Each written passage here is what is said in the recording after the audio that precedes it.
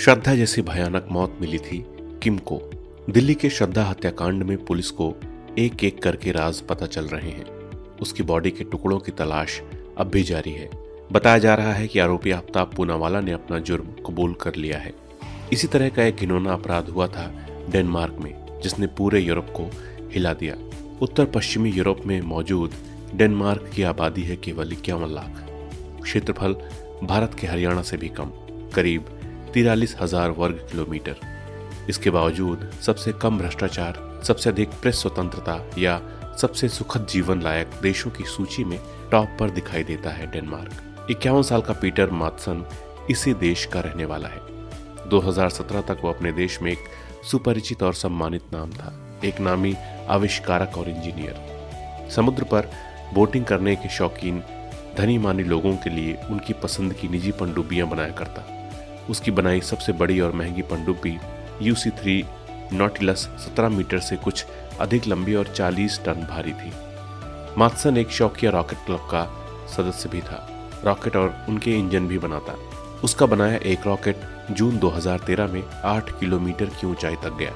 इससे उत्साहित होकर 2014 में उसने रॉकेट बनाने वाली अपनी एक अलग कंपनी की नींव डाली। पीटर मात्सन 26 अगस्त 2017 को अपनी कंपनी का पहला रॉकेट आकाश में भेजना चाहता था। इससे पहले स्वीडन की एक 30 वर्षीय महिला पत्रकार किम वाल ने उससे संपर्क किया। एक रिपोर्ट के लिए वो मात्सन से मिलना और उसकी पनडुब्बी देखना चाहती थी।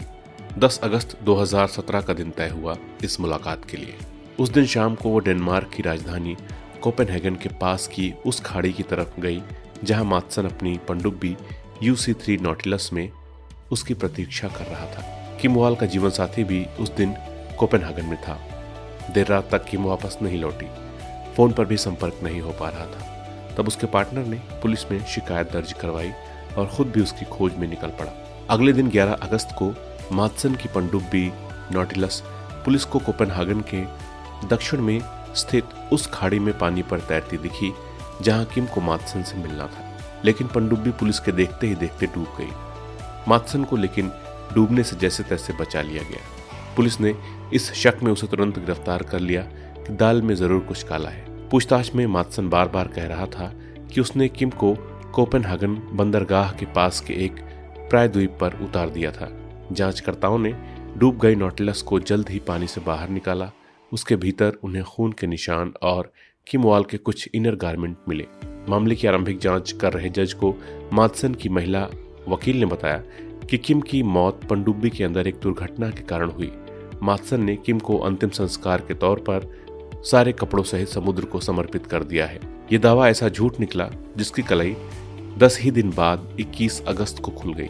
एक साइकिल सवार को उस दिन कोपेनहेगन के पास वाली खाड़ी के तट पर बिना सिर पैर का एक ऐसा धड़ दिखा जो किसी महिला का था। फोरेंसिक जांच से पता चला कि महिला के हाथ, पैर और सिर को एक ही समय धड़ से अलग किया गया था।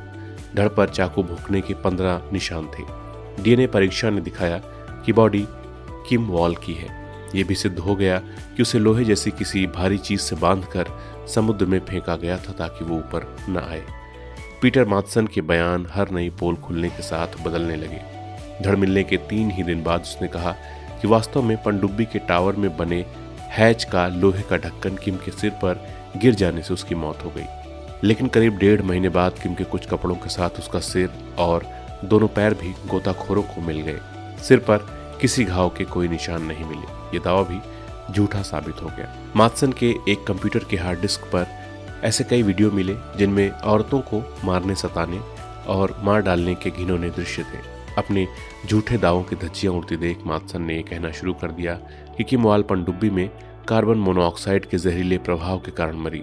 उसकी मौत के बाद ही उसने शव के टुकड़े किए और उन्हें समुद्र में फेंका। 23 जनवरी 2018 को पीटर मात्सन के विरुद्ध चार्जशीट सार्वजनिक तौर पर प्रकाशित की गई। उस पर पूरी तैयारी के साथ नियोजित ढंग से हत्या करने और मृत शरीर के साथ रेप के आरोप लगाए गए।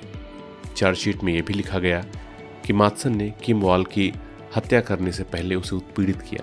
हत्या के बाद शव के कई टुकड़े किए। मुकदमे की सुनवाई 8 मार्च 2018 के दिन शुरू हुई। डेनमार्क और स्वीडन का ही नहीं, लगभग पूरे पश्चिमी यूरोप का मीडिया इस सुनवाई में गहरी दिलचस्पी ले रहा था। 12 देशों के 100 से अधिक पत्रकार कोपेनहेगन में जमा हो गए थे। 37 लोग गवाही देने वाले थे। मुकदमे के दौरान पीटर माथसन के निजी जीवन के भी कई रहस्य उजागर हुए। ये क्यों ऐसी फिल्मों और साहित्य का रसिक है जिनमें औरतों पर केंद्रित निर्मम शारीरिक उत्पीड़न, मौत के आतंक और हत्या का चित्रण हो। शायद इसी कारण माथसन ने किम वाल के हाथ पैर और सिर बांधकर पहले उसे खूब पीटा, उसकी मौत के तुरंत बाद लाश के साथ रेप किया, किम के प्राइवेट पार्ट को क्षत विक्षत कर दिया। वारदात की पूरी जानकारी सामने आने के बाद किसी को यकीन नहीं हो रहा था कि यह सब 47 साल के एक ऐसे पढ़े लिखे नामधारी व्यक्ति ने किया जो 2011 से विवाहित था। उसकी पत्नी फिल्म उद्योग में काम करती थी। माथसन की गिरफ्तारी होते ही पत्नी उससे अलग हो गई। 25 अप्रैल 2018 के दिन पीटर माथसन को आजीवन कारावास की सजा सुनाई गई। मुकदमे की सुनवाई कर रहे सभी जज एकमत थे कि उसने किम वाल की हत्या करने की योजना पहले से बना रखी थी।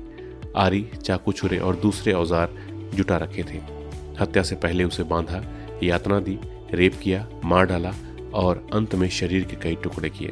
पीटर माथसन ने अपने दोष के विरुद्ध तो नहीं पर अपनी सजा के विरुद्ध अपील की। अपील की सुनवाई 5 सितंबर 2018 को हुई। ठीक 3 सप्ताह बाद अपील को ठुकराते हुए सजा को उचित और न्याय संगत घोषित किया गया। न्यायालय के आदेश पर उसकी पनडुब्बी UC3 नॉटिलस को जब्त कर नष्ट कर दिया गया। लेकिन कहानी यहीं समाप्त नहीं हो जाती। अगस्त 2018 में माथसन को एक दूसरी जेल में स्थानांतरित कर दिया गया। 2019 की गर्मियों में वहां उसे फिनलैंड से चिट्ठियां आने लगीं। 2 बच्चों की मां, 39 साल की एक रूसी महिला उसकी कहानी से इतनी प्रभावित हो गई कि उससे प्रणय निवेदन करने लगी। ये भी एक अजूबा है। जेनी कर्पन नाम की ये महिला रूसी राष्ट्रपति व्लादिमीर पुतिन की मुखर विरोधी है। गिरफ्तारी से बचने के लिए 2013 में वो फिनलैंड भाग गई। वहां उसे राजनीतिक शरण मिल गई। अपनी चिट्ठियों में वो कहने लगी कि वो माथसन के साथ शादी करना चाहती है।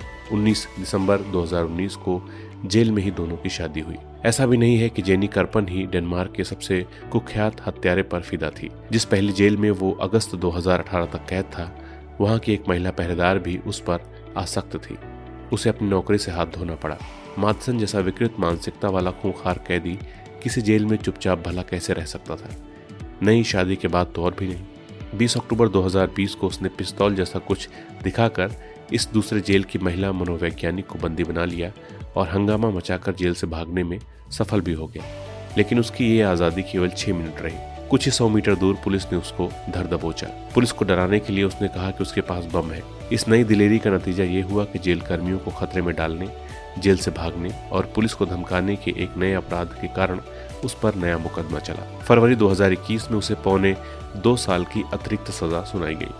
माथसन यदि भागने की चतुराई न करता तो 2030 में अपनी आजीवन सजा में कटौती की मांग कर सकता था। लेकिन अब उसकी सजा में पौने 2 साल और